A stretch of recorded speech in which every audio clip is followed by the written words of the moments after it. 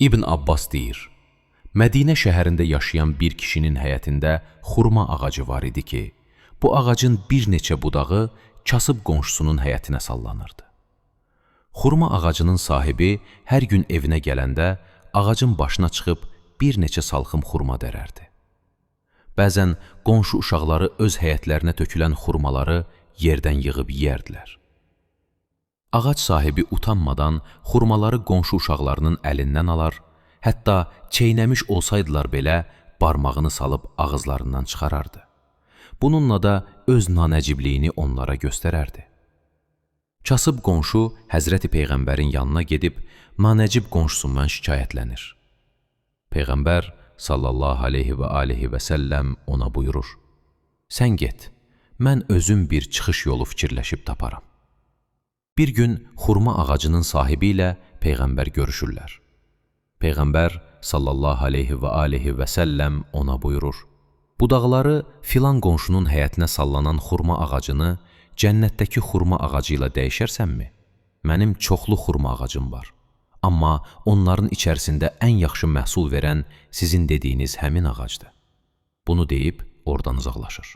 Əbu Dəhdə adlı çox nəcib bir şəxs Həzrəti Peyğəmbərin o şəxslə danışdıqlarını eşidəndə, o Həzrətin yanına gəlib deyir, əgər mən həmin xurma ağacını o şəxsdən alıb sizə bağışlasam, cənnət bağlarındakı xurma ağacından mənə də qismət olacaqmı? Əlbəttə, deyə Həzrəti Peyğəmbər cavab verdi. Əbu Dəhdə ağac sahibinin yanına gedib dedi, bu xurma ağacını mənə neçəyə satarsan? Həzrəti Peyğəmbər bu ağacın əvəzində mənə cənnətdəki xurma ağacını vəd etdi. Amma mən razılaşmadım. Çünki bu ağacın xurması başqa ağacların meyvəsindən daha lətif və ləzizdir, deyə ağac sahibi dilləndi. Əbu Dəhdə ondan soruşdu, düzünü də görüm, bu ağacı satmaq fikrin varmı? Ağac sahibi dedi, əgər onun əvəzində çoxlu mal verən olsa, sataram.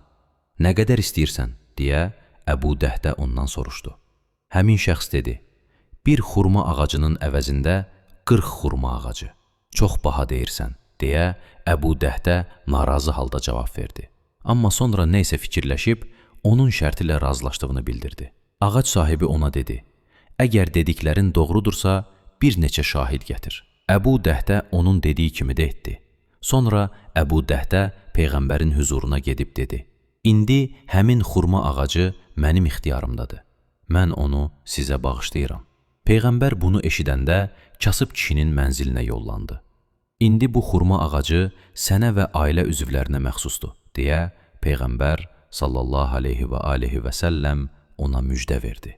Əbu Dəhdə ağac sahibinin əksinə olaraq çömərdlik edib nəciblik göstərdiyinə görə onun haqqında bu ayələr nazil oldu. Kim malını Allah yolunda versə, Allahdan qorxsa və ən gözəl sözü La ilahə illallah kəlməsini təsdiq etsə, biz ona ən asan olanı, cənnəti müyəssər edəcəyik.